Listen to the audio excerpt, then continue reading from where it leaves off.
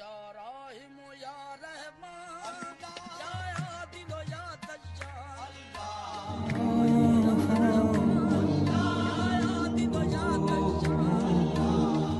मेरा नाम मोहम्मद अब्दुल्ला है और मैं कराची में रहने वाला हूँ। मेरे वालिदैन की पोस्टिंग थी अंदरूनी सिंध में एक सरकारी अस्पताल में। तो मेरी पैदाइश के एक साल के बाद मेरे वालिद ने सोचा कि उन्हें पाकिस्तान से बाहर जाना चाहिए, तो वो अमेरिका चले गए। तो इस तरह से मेरी परवरिश जो है वो वालदा के सर पर आ गई। फिर वालदा भी बड़ी परेशान रही इस मामले में। मुझे अब पहले अस्पताल लेके जा रही हैं लेकिन बहुत परेशान। फिर मुझे पड़ोस में एक फ़ैमिली के हवाले करके चली जाती थी। तो इस तरह से मेरी परवरिश जो है वो अंदरूनी सिंध में कुछ मुस्लिम फैमिलीज़ के दरमियान और उनके बीच में भी होती रही। पूरे शहर में 2 मसीही हम थे, बाकी सारे मुस्लिम थे। तो आसपास का माहौल, उठना बैठना सब कुछ जो है वो मुसलमानों के बीच में चलता रहा। ये मेरी वालदा के लिए परेशानी की बात भी थी, लेकिन थोड़े अरसे के बाद ही वालदा ने अकेली होने की वजह से वहाँ से ट्रांसफ़र करवा लिया और कराची चली गई। अब कराची जाने के वक्त में भी मैं उनके लिए परेशानी का बायस बना। तो फिर उन्होंने मुझे वहीं मकामी उस फैमिली के हवाले किया। कुछ अरसे के बाद वो चलते हुए टंडोला यार एक शहर है उसमें शिफ्ट हो गए। फिर मेरी वहाँ तालीम हुई, तरबियत हुई, स्कूल भी मैं वहाँ गया। मेरी वालदा ने जब मुझे उस फैमिली को दिया था तो उनसे कहा कि आप हमसे वादा करो, कुरान उठाकर हाथ रखो कि मेरे बेटे को, बच्चे को जो है वो मुसलमान नहीं बनाओगे। तो उस सादा से लोग हैं और उन्होंने कह दिया कि नहीं जी, हम कुरान तो नहीं उठाएंगे लेकिन हम हैं मुसलमान, इसलिए हम ये ज़बान कर रहे हैं कि आपके बच्चे को हम मुसलमान नहीं करेंगे। वालदा ने ज़्यादा बहस नहीं की। उन्होंने कहा कहीं ये जो है वो हाथ से न निकल जाए ये मामला मेरे, और उन्होंने वादा निभाया। मेरी अम्मी एक बार आई और उनको पता चल गया कि जी मैं तो किसी जुलूस में गया हुआ हूँ। तो मेरी अम्मी को ख़तरा हुआ। अब उन्होंने कहा कि ये तो हाथों से निकल रहा है, ये पक्का मुसलमान हो जाएगा। तो मेरी अम्मी ने मकामी जो चर्च था उसके पादरी थे उनके साथ मंसूबा बनाया। तो उन्होंने कहा कि ये ऐसे नहीं हटाया जा सकता, इसका तरीक़ाकार है, इसको किसी तरह से चर्च में ले आओ। चर्च में जब मैं गया तो वो पूरी प्लानिंग थी उनकी। मेरे गले में हाथ डाले, फूल फेंक रहे मेरे ऊपर, मेरा बड़ा एक वीआईपी मामला मेरा बना दिया उन्होंने। तो मैं बड़ा खुश हुआ। लेकिन साथ ही उन्होंने चर्च में एक और बंदोबस्त कर रखा था कि वहाँ मकामी जो इलाके में, शहर में कुछ मसीही बरादरी रहती थी। एक बहुत पुरानी खातून रहती थी, वो बड़ी मशहूर थी, नर्स थी। तो उनकी पोती को उन्होंने मेरे ऊपर मुसल्लत कर दिया। तो मैं नफ्सियाती तौर पर मरगूब हो गया। अब उन्होंने मुझे कहा कि भाई मैं तेरे साथ शादी करूँगी, लेकिन मेरे अब्बू ने एक शर्त रखी हुई है कि तेरी शादी उससे कराऊंगा जो पादरी होगा। मैं तैयार हो गया। जब मैं छुट्टियों पे घर पे गया तो मैं सीधा उनके मोहतरमा के घर में चला गया। लेकिन वहाँ जाके मुझे पता चला कि भाई 2 महीने पहले उसकी शादी कर दी गई है। तो भाई मेरा तो हाल ख़राब हो गया। मैंने कहा जाओ भाई, मैंने नहीं इधर पढ़ना। तो प्रिंसिपल साहब मेरे वो वहाँ टंडोला यार शहर में आए, लेकिन साथ में अपनी बेटी को जो मेरी क्लास फेल थी उनको भी साथ लेके आए। तो वो आई और आते के साथ ही उसने भी वही किया, हाथ पकड़ा। कमाल का बंदा है भाई। मैं तो इंतज़ार में थी कि जैसे ही तालीम मुकम्मल होती है हम दोनों की शादी हो जाएगी। इस तरह से मैं फिर वापस आखिरी साल मुकम्मल किया। जैसे ही तालीम मुकम्मल हुई उन्होंने मेरी शादी कर दी और साथ ही मुझे ये कह दिया कि अब तुम्हारा काम यहाँ नहीं होगा, यहाँ पर मुख्तलिफ़ चर्चों में काम करो, थोड़ा सा तजुर्बा हो जाए, उसके बाद तुम निकल जाओ। शादी के बाद जब हम जर्मनी गए, दोनों मियाँ बीवी चले गए तालीम के लिए। वहाँ जाकर मुझे मेरी बीवी ने, इन्होंने मुझे बताया कि तुझे कैसे हमने काबू में किया है। तेरी अम्मी शामिल थी, वहाँ का मकामी पादरी शामिल था, ये था वो था। लेकिन तब तक मैं पुख्ता हो गया। कई मुल्कों में गए, जिसमें हम जर्मनी में तो पहले पढ़े, फिर ऑस्ट्रेलिया में मैं पढ़ने के लिए गया, हॉलैंड गया और सिंगापुर में भी रहा और कोरिया में भी गया। यहाँ भी हमने तालीम हासिल की। ये मुख्तलिफ़ तालीमात थी। तो ये करके जब हम वापस आए, मुझे मेरे ससुर मिले और उन्होंने कहा कि मुझे बड़ी खुशी हुई कि तुमने हर जगह से तालीम बड़े अच्छे तरीके से हासिल कर ली है। अब तुम्हें एक मिशन दिया जाएगा। वो हर साल एक बड़े इजलास होते हैं बाहर मिशनरियों के, उसमें मुख्तलिफ़ मिशन्स लाए जाते हैं। तो ये मिशन जिसको मुझे सौंपा गया, ये मिशन सालों से आता था लेकिन इसको कोई उठाने के लिए तैयार नहीं था। तुम्हारा इंतखाब इसलिए हुआ है कि तुम क्योंकि मुसलमानों के बिल्कुल दरमियान में रहे हो, मुसलमानों की सोच से वाकिफ़ हो गए, उनके बीच में रहे हो, इसलिए तुम इस काम के लिए बेहतरीन इंतखाब हो हमारा। मैंने पूछा कि मिशन क्या होगा? उन्होंने कहा तुम्हें बस एक काम करना होगा कि मुसलमानों में इस तरह से जाके तुमने मनादी करनी है। इसको मनादी कहते हैं काम को, लेकिन ये मनादी खुफिया होगी और उसको इल्म नहीं होगा कि तुम मनादी कर रहे हो, लेकिन तुम मनादी कर रहे हो। पहला काम तो ये है। हम उनको ईसाई नहीं बनाना चाहते, हमारा काम ही नहीं है। हमें ज़रूरत है इस बात की कि उनको इस्लाम से हटा दिया जाए, मुसलमान वो बना दिए जाएं जिनका अल्लाह से दूर का भी कोई ताल्लुक़ ना हो। बस हमें सिर्फ इतना करना है। अब इसके लिए तुमने तैयारी करनी है, तुमने अपना दिमाग इस्तेमाल करना है। मैंने बहुत सोचा, फिर मेरे दिमाग में आया कि मैं मुसलमानों को अगर मुझे अल्लाह से दूर करना है, सबसे पहले मुझे मुसलमान को इसके दीनी रहनुमा यानी मौलवी से हटाना है, क्योंकि मौलवी ही ऐसी चीज़ है जो उसको जोड़ के रखती है कहीं ना कहीं दीन के साथ, मदारिस के साथ जोड़ के रखती है, मस्जिदों के साथ जोड़ के रखती है। लेकिन अब मौलवी से दूर कैसे किया जाए? उनकी जो मरकज़ी मजहबी शख्सियत है उस पर वार करो, उसके किरदार पर वार करो, तो इनके जज्बात से खेलो। फिर मैंने लारी अड्डों पर जाना शुरू कर दिया। मैंने कहा कि मैं ड्राइवर और बस के कंडक्टर, जो नशेबाज ड्राइवर होते थे, उनको मैं इस्तेमाल करूँगा। अब मैं उनके पास जाऊँ और बैठ के, एक दिन मैंने एक होटल में बैठा था, वो ड्राइवर सिगरेट पी रहे थे, 4-5 थे और धुएं बड़े निकल रहे थे। मैं शिद्दत से नफ़रत करता था, आज भी नफ़रत करता हूँ सिगरेट के धुएं से। मैंने एक को बोला कि यार ला, ऐसे इशारा किया, उसने सिगरेट पकड़ा दिया, मैंने वो एक ही कश लिया तो पागल हो गया, मेरा दिमाग घूम गया। लेकिन बहरहाल मैं आदी हो गया, मैं सारा दिन वहाँ रहूँ। लेकिन घर में इसका रिज़ल्ट दूसरा था कि बेगम जो थी वो बहुत ज़्यादा नाराज़ हुई कि हम तो मिशनरी बन के काम करना था, और दूसरा उनका ये नाराज़गी थी कि वो पहले से ही कहती थी कि यहाँ काम नहीं करना है, हम तो अब सरबराह हो गए हैं एक मिशन के, तो हमें ऑपरेट करना चाहिए, हम जर्मनी चले जाते हैं, वहाँ सुकून से रहेंगे, हम सिर्फ देखभाल करने के लिए आते रहेंगे। लेकिन मैंने कहा नहीं, क्योंकि काम मैंने सीखा है, समझा है, तो मुझे फील्ड में काम करना है, मैं खुद करूँगा काम के। लड़ाई झगड़े रोज़ के थे, तो मैंने अपने ससुर को कहा कि भाई इनको समझाइए, तो उन्होंने कहा कि समझाना मुझाना कुछ नहीं है, इसको बोलो कि चली जाओ यहाँ से। मैंने कहा चली जाओ। यानी मैंने अपने काम के लिए मैंने उसकी कोई परवाह नहीं की, अपने बच्चों की भी नहीं की। यानी इतना जुनून काम से, इतना ज़्यादा सीरियस था। वो उधर चली गई, अब मैं तन्हा रह गया। कलीसिया में ये पादरियों का अकेला रहना अच्छा नहीं समझा जाता। फिर मैंने शादी कर ली। शादी करने से ये हुआ कि ये मेरी जो बेगम थी ये मेरी साथी बन गई। तो फिर मैंने ये किया कि उनको साथ लिया, बसों में बैठ गया। अब मैंने ये जो ड्राइवरों के साथ दोस्ती वगैरह लगाई थी, फिर मैंने अपना मंसूबा इनको बताया। फिर अपना एक साथी मैंने तैयार किया जो मौलवी बनाया, उसको हमने दाढ़ी रखवाई, उसको टोपी पहना दी, बस में हमारे साथ बैठ जाता था। यानी मैंने अपनी बीवी को बुर्का पहनाया, मुसलमान औरत का रूप दे दिया, एक क्लीन शेव बंदा बिठा दिया अपनी तंजीम का। अब मैंने ड्राइवर को ये सिखाता था कि शहर से जैसे ही हम लाहौर से बाहर निकलेंगे या किसी भी शहर से, मैं उठ के खड़ा हो जाऊँगा, बाइबल उठाऊँगा और दुआ मांगूँगा कि मैं मसीही हूँ, मैं पादरी हूँ, मैं दुआ करने के लिए आया हूँ, मैं मुफ्त में दुआ करूँगा। तो वो मौलवी जो हमारा साथी है, जिसको हमने मौलवी बनाया, मौलवी होता नहीं था, उसका किरदार ये है कि वो खड़ा हो जाए और शोर करे और मुझे वो बुरा भला कहे। तो इस बात पर वो क्लीन शेव तैयार हो गया। यानी उसका किरदार ये था कि वो उठ के खड़ा हो जाए और वो मौलवी को जो है वो लताड़ना शुरू कर दिए कि तुम मौलवी ऐसे हो, तुम मौलवी ऐसे हो, तुम बुरा भला उनको बोले। 2-4 बंदे और भी पैसेंजर मौलवी बेचारे के दर पे होकर उसको बुरा भला कहें, तो इससे वो मौलवी तो चुप होकर बैठ गया। अब ड्राइवर अपना किरदार अदा करेगा कि वो गाड़ी को लहरा देगा। बड़े ज़ोर से एक झटका मारा, मुसाफिर उलट पुलट से सारे गए, चीखें लगी। अब कंडक्टर का किरदार, कंडक्टर ऊपर आया तो कहने लगा देख लो मौलवी इधर बैठा हुआ है, मौलवी ने कोई दुआ की नहीं, देखो आज ये एक आदमी जिसको हम चूड़ा बोलते हैं, जिसको हम बुरा बोलते हैं, उसने देखो कैसे दुआ मांगी और हम सब बच गए। यानी ये था मेरा काम मंसूबा कि मैं मौलवी को डिग्रेड करूं। अब औरत का किरदार ये होता था कि जब वो लोग सुकून से बैठ जाते तब वो औरत बुरके वाली खड़ी हो जाती और कहती कि भाई आप बीमारों के लिए दुआ करते हैं? हाँ मेरी बहन, मैं बिल्कुल करता हूँ। तब वो फर्जी बीमार बताती, मैं कहता कि बहन अगर आप मुनासिब समझे हम पैसे नहीं लेते, अगर आप कहेंगी तो मैं अपनी बीवी को साथ लेकर आऊँगा, अकेला नहीं आऊँगा, आपके घर पर और आकर दुआ मांगूंगा, जो भी बीमार है खुदा उसके लिए बंदोबस्त कर देगा। वो तो नकली थी, हमारे साथ की साथी थी। लेकिन उमूमन ये होता है कि जब एक आदमी कहता है ना कि मैं बीमार हूँ, तो उसके साथ 2-4 और भी निकल आते हैं अपने मसाइल लेकर, तो वो होते हैं रियल केस, होता है, असल होता है। हम फिर उस असल आदमी के घर में चले जाते थे। ये असल मंसूबा था कि इनको अपने लोगों को इस तरह से ड्रामा क्रिएट करें और उसके बाद आम लोगों को अपने जाल में फांस लें। फिर मेरी बीवी उनको तोहफे तोहफ़ देकर अपने काबू में कर लेती थी।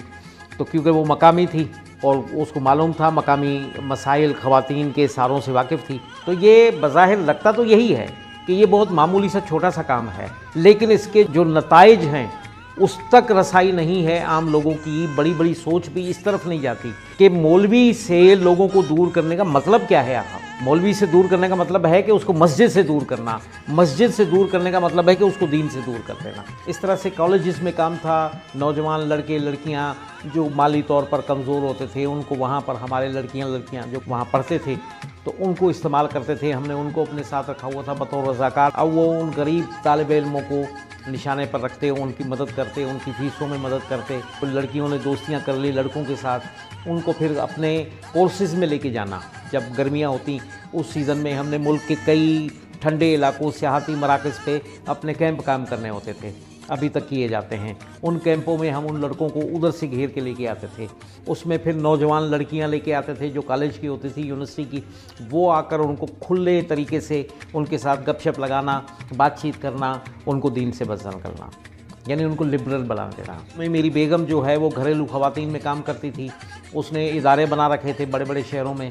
उन इदारों के ज़रिए वो काम करती थी। औरतों को सिलाई कढ़ाई और मुख्तलिफ़ आइटम्स बनाना, उसमें मुख्तलिफ़ खिलौने बनाना सिखाती थी। बाहर से लोमड़ियों के चमड़े मंगवाए जाते थे, उसके ज़रिए कटिंग करके वो खिलौने कैसे बनाए जाते थे और वो बाहर भेज दिए जाते थे और उनको बताया जाता था कि ये इतनी कीमत में बिके, उसकी कीमत आधी आपको देते हैं, आधी इदारा रख रहा है। हालांकि ऐसा कोई मामला नहीं होता था। तो इदारों में मुलाजिम भी मुसलमानों को रखा जाता था ताकि मुसलमान हमारा दिफा भी कर सकें।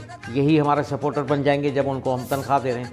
तो इस तरह का एक सिलसिला था, यानी हर तरह से हम कोई भी जगह खाली नहीं छोड़ते थे। मौलवी को ख़राब करना है, मुसलमान को ख़राब करना है, ये दो मकासद थे बड़े बड़े। और इस तरह के कामों को करते हुए मैं मुख्तलिफ लोगों को अपने झांसे में लेता था, पढ़े लिखे लोगों को। अनपढ़ों के लिए मेरा मामला अलग होता था और पढ़े लिखे के लिए काम मेरा अलग होता था। लेकिन सबसे पहले स्टडी करना कि ये किस मसलक का है, कि मुसलमान टूटेंगे तो फिर आसान होता है टारगेट करना उनको। कपड़े के एक ताजिर थे, उन पर मैंने अपने काम का आगाज़ किया, तो उनको मुख्तलिफ़ किताबें देता रहा। इस पर 1 साल हमने मेहनत की। तो उसने 1 साल के बाद वो बंदा मुझे कहने लगा कि भाई एक बात सुन लो, आज बात यह है कि जितनी किताबें तूने आज तक मुझे पढ़ाई हैं इन सब का मैं ज़िम्मेवार नहीं हूँ। मैं एक किताब का पाबंद हूँ, वो है कुरान। तुम कुरान लाओ, उसके अंदर अगर कोई तज़ाद है, कोई गलत बयानी है, वो लाओ मेरे सामने रखो, मैं उसका जवाब देने का पाबंद हूँ बतौर मुसलमान। मैंने कहा भाई एक बात सुनो भाई साहब, मैं कुरान लेके आता हूँ, उसमें तज़ाद लेके आता हूँ। कहने लगा फिर तुम जो कहो। मैंने कहा मैं कहूँगा मसीही हो जाओ। और मेरे दिमाग में था कि ऐसा पुख्ता बंदा अगर मसीही हो गया ना, बड़े काम का। मैंने कुरान का मुताला शुरू कर दिया, 25 पारे पढ़ लिए, बड़ी मेहनत की, कई दिनों तक मैं पढ़ता रहा, बड़ी गहराई से। बड़े एतराज़ मिले मुझे। आगे जब मैं बढ़ता था कुरान को पढ़ने के लिए तो कुरान में आगे उसी एतराज़ का जवाब मिल जाता था मुझे। यहाँ मैं फिर कंफ्यूज होता था, फिर उस एहसास को काट देता था। अब मैंने फिर कुरान को एक दिन बंद किया और अपनी बेगम को कहा कि अब कल सुबह हम रोज़ा रखेंगे। बीवी बच्चों ने दुआएं शुरू कर दी, मैंने भी दुआ मांगी। दुआ मांगने के बाद मैंने कुरान उठाया, अब दोबारा नए सिरे से शुरू किया मैंने। तो एक आयत मिल गई मुझे, उसने मुझे रोक दिया। सूरह बकरा की आयत नंबर 109, इसका तर्जुमा बताता हूँ। ईमान वालों, अहले किताब की अक्सरियत अपने दिल के हसद के सबब से चाहती है कि तुम्हें तुम्हारे दीन से, ईमान से निकाल दें। अब मेरे दिमाग में क्योंकि यही होता था और मेरा काम भी यही था कि मैं मुसलमानों को उनके दीन से, उनके ईमान से निकाल दूँ, बस मेरा यही काम था। अब वो काम इतना मेरे सर पर रहता था कि मैंने कहा ये जो मैं पढ़ रहा हूँ ये इधर लिखा नहीं है। मैंने वो निशान लगाया, बंद कर दिया। थोड़ी देर दुआ की, खोला, देखा वही लिखा हुआ है। मैंने कहा नहीं लिखा हुआ, ये फिर मुझे नज़र ही आ रहा है। फिर निशान लगाया, बंद किया, 3 मरतबा ऐसा किया, तीनों मरतबा वो वही निकले। मेरे दिमाग में ये आ रहा है कि मुझे वहम, ये है नहीं, कैफियत ऐसी हो गई। लेकिन आखिर तीसरी बार भी निकला तो मैंने कुरान उठाया है। कुरान उठाकर अपनी बेगम को कहा रोक दो, दुआ को बंद करो, फिलहाल मेरी बात सुनो। उन्होंने कहा जी। मैंने कहा पढ़ो इस पे क्या लिखा हुआ है। उन्होंने पढ़ा तो वही थी। मैंने कहा हैं आपको भी यही नज़र आ रहा है? कहने क्यों, इसमें क्या मसला हो गया? मैंने कहा मसला ये हो गया कि मुसलमानों को पता कैसे चला कि हम ये काम करते हैं, तू और मैं। कहने लगी अच्छा ये हमारे बारे में? मैंने कहा ये तेरे और मेरे बारे में। कहने लगी कितनी मजे वाली बात है, ना आपके बाप दादा थे ना मेरे थे। अल्लाह को फिर भी पता था, अल्लाह ने हमारा जिक्र कर दिया। कमाल है, 1400 साल पहले से अल्लाह हमें जानता है। मैंने कहा कोई अच्छी बात लिखी है जिससे जानता है, कोई खुशी की बात है? उसने कहा खुशी हो या ना हो मियाँ, मेरे लिए तो ये बड़ी बात है कि अल्लाह मुझे जानता है। मैंने उसको बोला छोड़ दे यार। अब एक तरफ बैठ गया। अब अचानक मेरे दिमाग में एक ख्याल आ गया।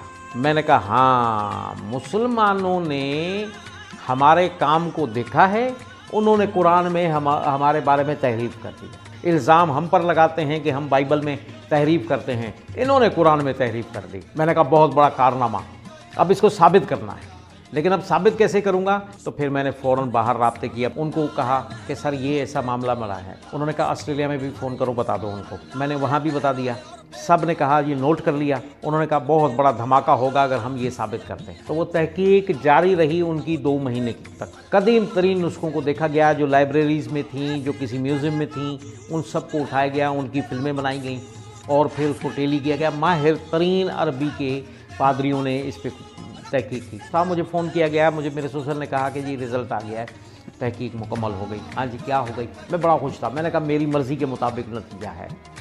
लेकिन उन्होंने जब मुझे बताया, मुझे कहने लगी कि यार दुनिया का कदीम तरीन नुस्खा देखा है, दुनिया का जदीद तरीन नुस्खा देखा, तो राई के एक दाने के बराबर फ़र्क नहीं मिला। फिर मेरे मुंह से फ़ौरन निकला, फिर इसका मतलब ये है कि इसके अंदर जितने दावे हैं, जितने चैलेंजेस हैं, वो सच्चे हैं। इसका मतलब ये हुआ कि ये सच्ची किताब है, जिसको हम गैर इल्हामी कहते हैं। हमारी तालीम ये है, हमें सिखाया यही जाता है, बच्चों को हम सिखाते हैं। लेकिन इसके अंदर तो एक बड़ी वाज़ेह बात लिखी हुई है जिसने मेरा दिमाग घुमा दिया आज। वो लिखा हुआ है कि अगर ये किताब, अगर ये कलाम यानी कुरान इंसानों की जानिब से होता तो तुम इसमें बहुत सा तज़ाद पाते। मैंने कहा बहुत सा तज़ाद छोड़ें, एक तज़ाद नहीं है। मैंने कहा कि हम जानते हैं कि हम 30 साल 40 सालों के बाद खुद ही बाइबल में कोई ना कोई ऐसी बात जो काबिल एतराज़ नज़र आती है, यानी मुसलमान एतराज़ करते हैं उस पर, तो हम फ़ौरन बाइबल का वो हिस्सा तब्दील कर देते हैं। आप भी जानते हो। लेकिन मुसलमान 1400 साल गुजर गए, इसमें कोई तब्दीली नहीं, इसमें चैलेंज है। मैंने कहा इसमें ये लिखा हुआ है कि एक सूरत बना के, एक आयत तो बना के लाओ। तो मुझे कहने लगे तुम बड़े जज्बाती हो गए। उन्होंने फ़ोन बंद कर दिया। अब कुरान जो नीचे रखा था मेरी टेबल के, उठाकर ऊपर की तख्ती पे रख के झाड़ा ऊपर रख दिया और बैठ गया। काफ़ी देर सोचा, फिर मैंने कुरान को उठाया, वो हिस्सा खोला, अपनी बेगम के पास गया। मैंने कहा 2 महीने पहले जो तूने और मैंने ये बात देखी थी ना? बोले हाँ, तहकीक हो रही थी। क्या हुआ? तहकीक से साबित हो गया कि ये इल्हामी किताब है, आप तस्दीक करो। मैंने कहा तस्दीक करता हूँ। 3 बार के पूछने के बाद फ़ौरन मुझे उसने कहा फिर इसका मतलब ये है कि हम जो कुछ कर रहे हैं अल्लाह के ख़िलाफ़ कर रहे हैं। इसका मतलब है कि हम अल्लाह से दुश्मनी कर, इसका मतलब है कि हम मारे जाएंगे। मैंने कहा लगता तो यही है। तो उसने कहा बस जी, ख़त्म हो गई बात, मुझे सच्चा मिल गया, मुझे सच्चाई मिल गई, मुझे सच्चा रब मिल गया। बच्चों को बुलाया, बच्चों को बोलने लगी कि स्कूल में किताब पढ़ते हो मुसलमानों की? बच्चों ने कहा जी पढ़ते हैं। बच्चे को कहने लगी उसमें कलमा लिखा है मुसलमानों का? बच्चे ने कहा जी अम्मी जी लिखा है। कहने लगी पढ़ो कलमा। अब वो टूटे फूटे अल्फाज से उसने कलमा पढ़ा। कलमा पढ़ के कहने लगी लो जी, हम तो आज़ाद हो गए, हमने तो सच्चे को कबूल कर लिया, मैंने तो यारी लगा ली रब के साथ, मैंने अल्लाह से यारी लगा ली। मैंने कहा ओ पागल। कहने लगी बस ख़त्म कर बात को, तुम कलमा पढ़ो। मैंने कहा मैं सोचूंगा, दिमाग ख़राब थोड़ी है मेरा तेरी तरह। बस साथ ही बच्चों के कमरे का दरवाज़ा था, बच्चों का अंदर चलो। अंदर गए, दरवाज़ा बंद किया, कुंडी लगा के अंदर बैठ गई। मैंने आवाज़ें दी, उसने दरवाज़ा नहीं खोला, ना कोई जवाब दिया। खैर रात मैंने कहा गुजर जाएगी, जज्बाती हो गई है बहुत ज़्यादा।